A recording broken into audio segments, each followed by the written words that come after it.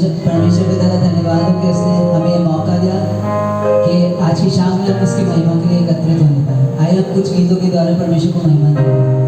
Thank you, Lord. Thank you, Jesus. Thank you, Lord. Thank you, Master. Hallelujah. Thank you, Lord. Thank you, Master. Thank you, Jesus.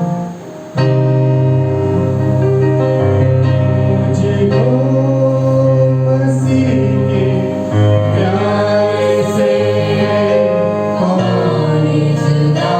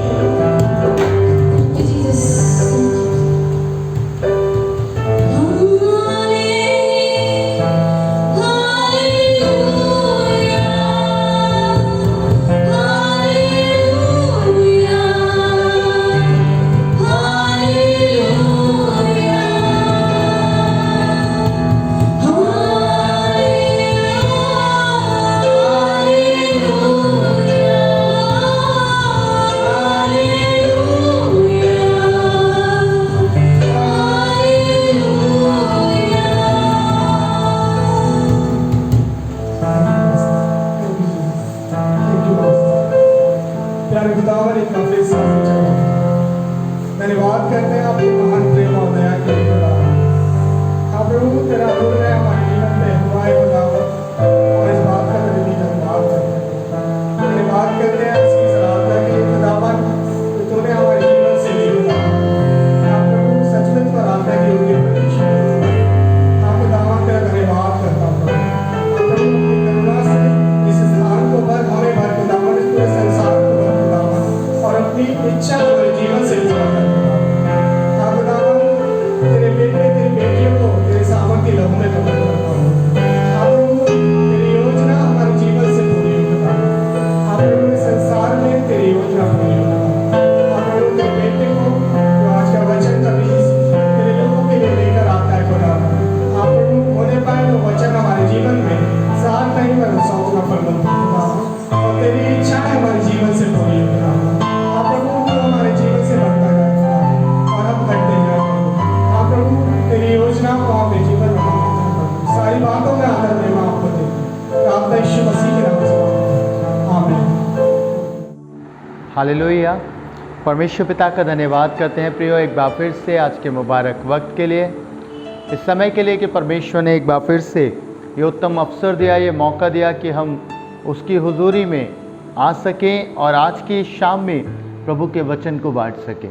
सो प्रियो, हम परमेश्वर के वचन में चलेंगे, और आज जो प्रभु ने वचन दिया है वो पाया जाता है निर्गमन उसके 14 अध्याय उसके 13 पद को मैं आपके लिए पढ़ रहा हूँ। मूसा ने लोगों से कहा, डरो मत, खड़े खड़े वे उद्धार का काम देखो जो यहोवा आज तुम्हारे लिए करेगा, क्योंकि जिन मिस्रियों को तुम आज देखते हो उनको फिर कभी ना देखोगे। प्रियो, परमेश्वर के वचन में एक खूबसूरत बात लिखी है। आज जब मैं इस वचन को आपके लिए बांट रहा हूँ प्रियो, तो परमेश्वर आज शाम में आपसे अद्भुत बात करना चाहते हैं। ये उस समय की बात है जब इजरायली मिस्र की गुलामी से निकल रहे हैं, और जब वो मिस्र की गुलामी से बाहर आ रहे हैं, एक स्थान आ गया है जहाँ पे लाल समुद्र उनके सामने है और पीछे मिस्र की सेना पड़ी हुई है। अब ना आगे जा सकते हैं ना पीछे, और ना कहीं और वो मूव कर सकते थे।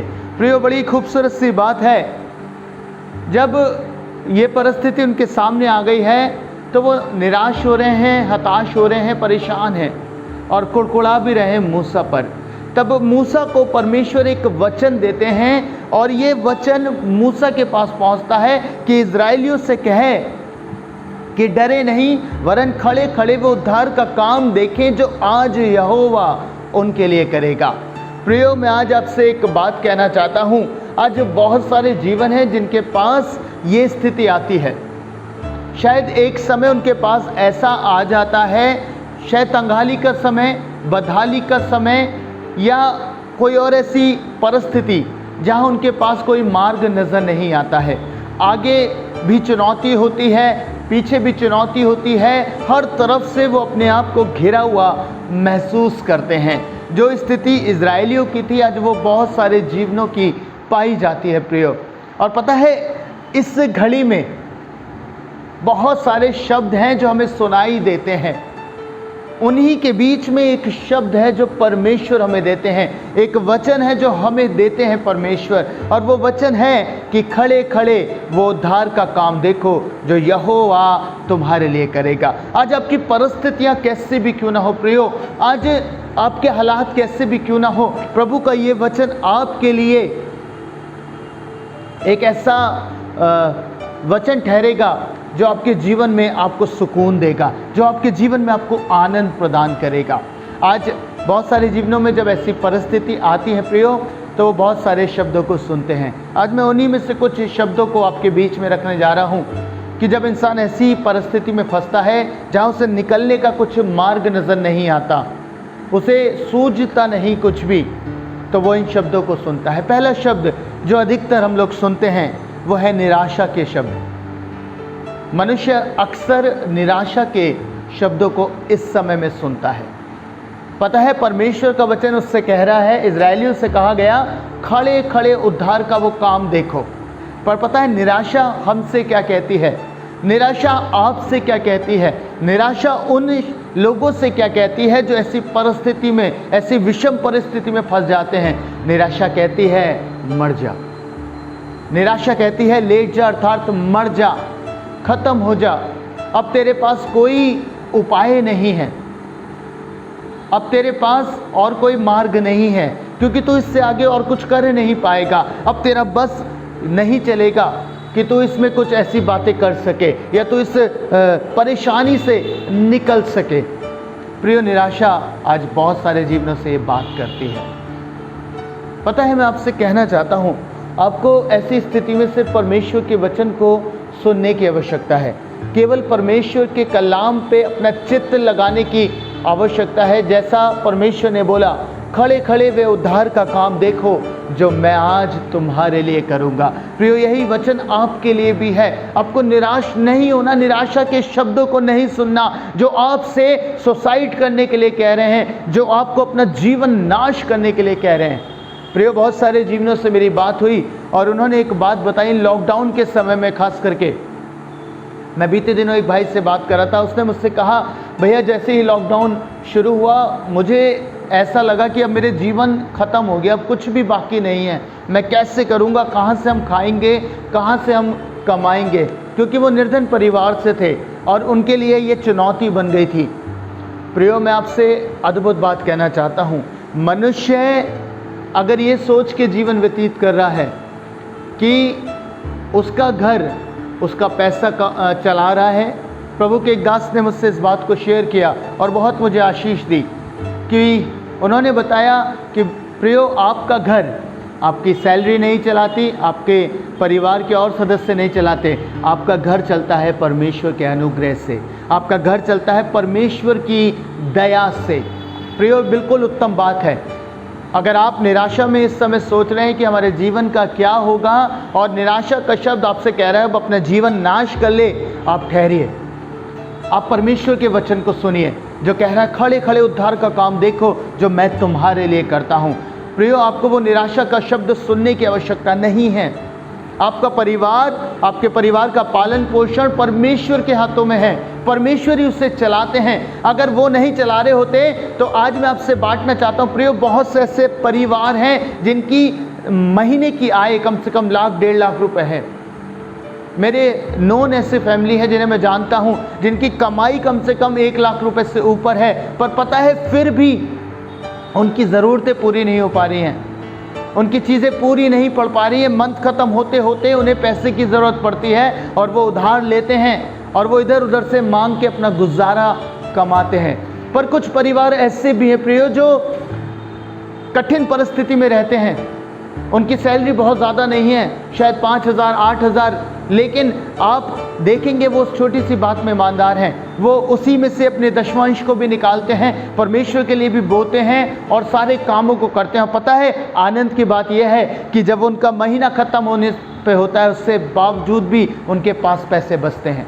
कारण क्या है? क्यों? क्योंकि वो जानते हैं कि उनका घर परमेश्वर के अनुग्रह से चल रहा है, उनका घर उनकी सैलरी उनकी कमाई से नहीं चल रहा है, इसलिए वो निराश नहीं होते। इसलिए उस चाहे वो लॉकडाउन हो चाहे कैसे भी परिस्थिति हो, वो हताश नहीं होते और अपने जीवन को समाप्त करने की बातें नहीं करते, वरन वो आनंदित होते हैं क्योंकि वो जानते हैं कि परमेश्वर उनके लिए सब कुछ पूरा करने वाला परमेश्वर है। उसने कहा मैं तुम्हारे लिए सब कुछ पूरा करूँगा। वो थोड़ा पूरा नहीं करता, वो सब कुछ आपके लिए पूरा करता है।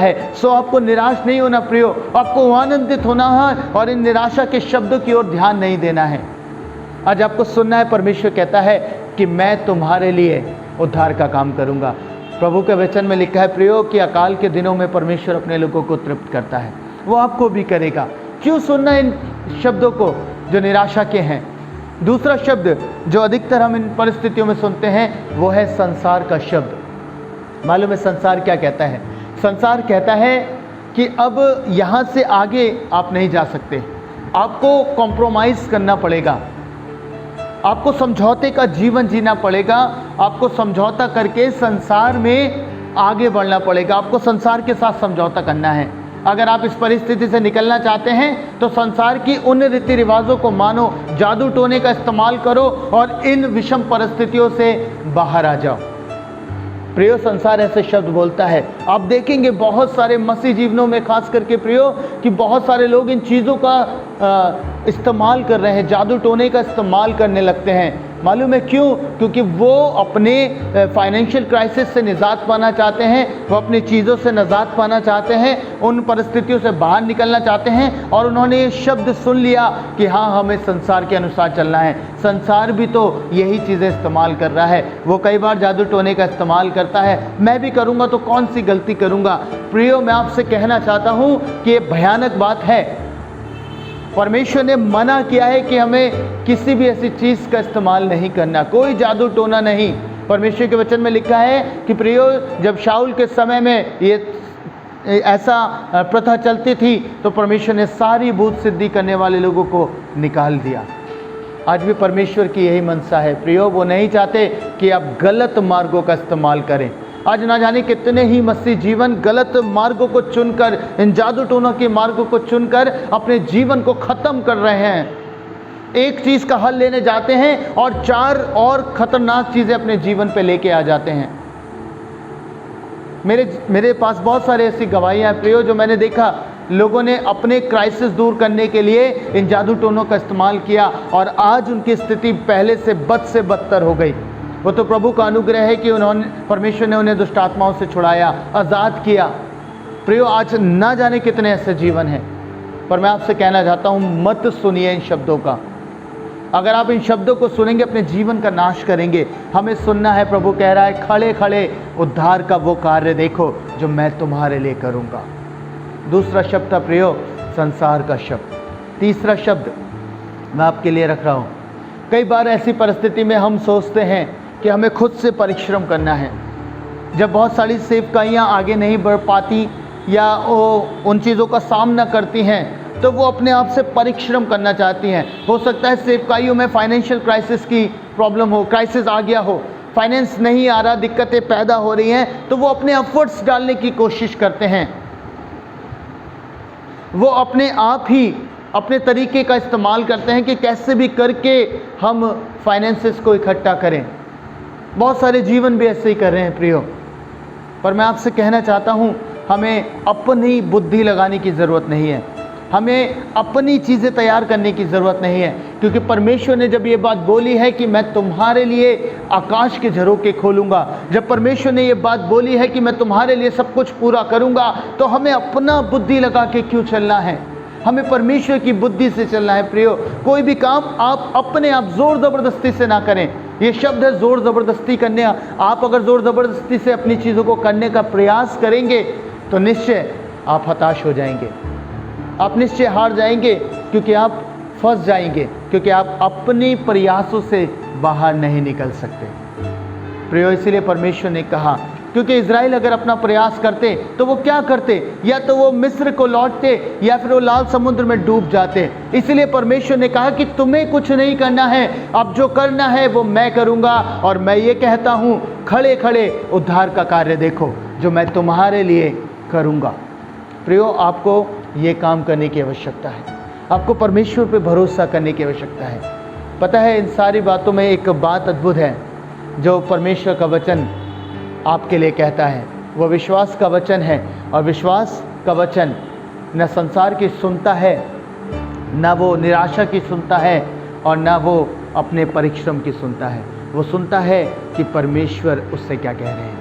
आज आपको परमेश्वर के उसी वचन को सुनने की आवश्यकता है जो उस समय इज़राइलियों ने सुना। और जो इज़राइलियों ने सुना कि खड़े खड़े उद्धार का काम देखो जो मैं आज तुम्हारे लिए करता हूँ। प्रियो, उस समय परमेश्वर ने उस लाल समुद्र को 2 भाग करके मार्ग बना दिया।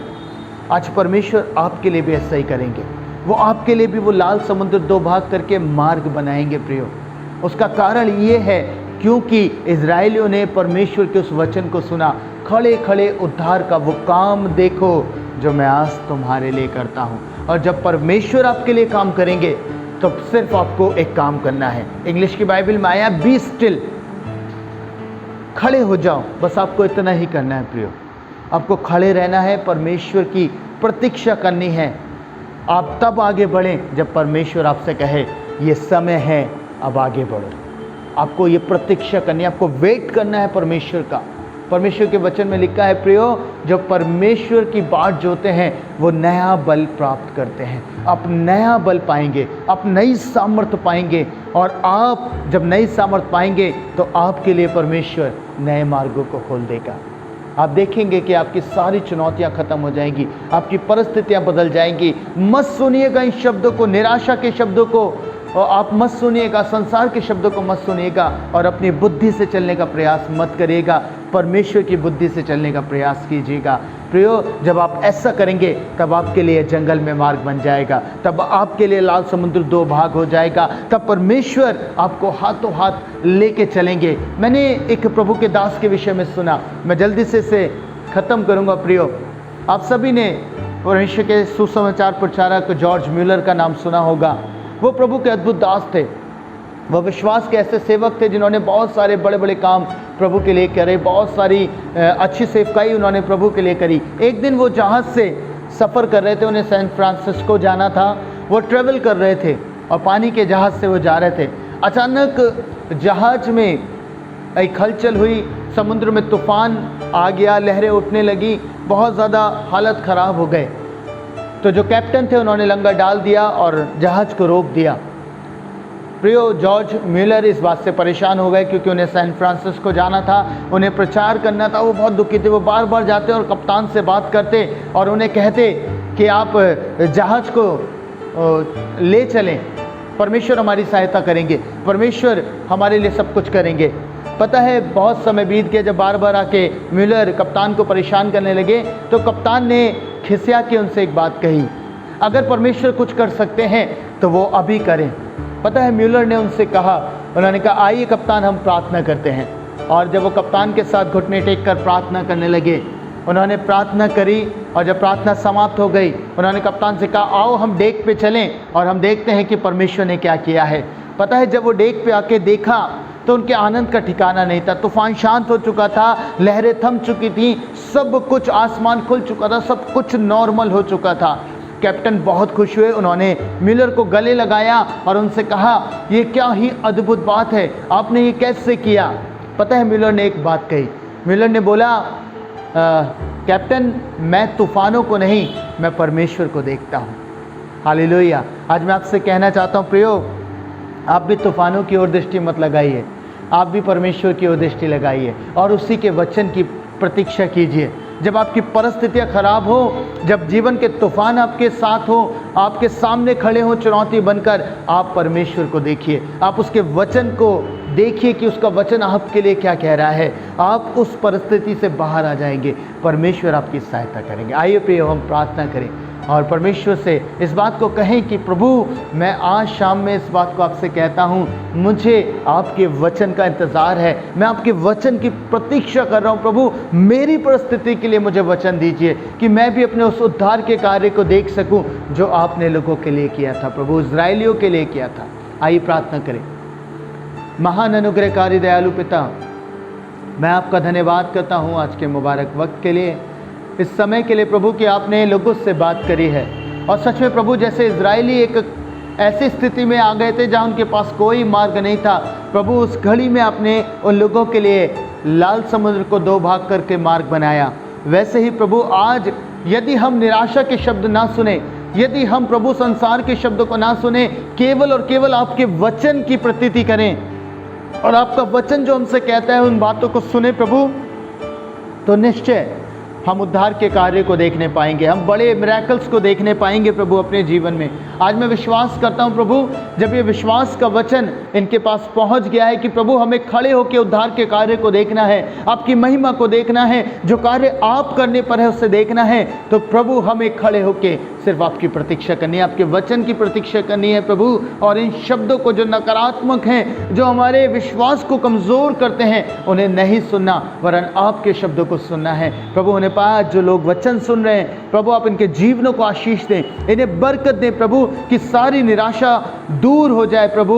हाँ परमेश्वर, जो अब तक ये सोच रहे थे कि अब उनका जीवन का कोई मूल्य नहीं है और वो नाश करने पर थे अपने जीवन को, आज उनके जीवन में प्रभु ये आशा आ जाए कि आप उनके लिए सब कुछ पूरा करेंगे, आप उनके जीवन में उद्धार का वो बड़ा कार्य करेंगे प्रभु, उनके लिए वो मिरेकल करेंगे और उनके लिए लाल समुद्र में मार्ग बनाएंगे। परमेश्वर पिता, मैं चाहता हूँ कि आज की शाम इनके लिए बदलाव की शाम हो जाए परमेश्वर, सारे हालात बदल जाएं प्रभु जी, सारी चीज़ें परिवर्तित हो जाएं प्रभु। मैं ये सब कुछ यीशु आपके नाम में होके मांगता हूँ, आमीन आमीन। अगर आपने भी जीसस केयर मिनिस्ट्री से आशीष पाई है तो आप इस चैनल को लाइक करें, शेयर करें, सब्सक्राइब करें और ज़्यादा से ज़्यादा शेयर करें। प्रभु आपको आशीष दे। धन्यवाद। अगर आप भी अपने चर्च के लिए वीडियो एडिटिंग कराना चाहते हैं और सोशल मीडिया जैसे फेसबुक, यूट्यूब, इंस्टाग्राम के लिए अपनी चर्च की वीडियोस को एडिट कराना चाहते हैं या फिर अपनी चर्च के लिए किसी भी प्रकार का प्रमोशनल मोन्टाज या प्रेयर मीटिंग इनवाइट और या किसी भी प्रकार का प्रमोशन वीडियो आप मुझसे संपर्क कर सकते हैं।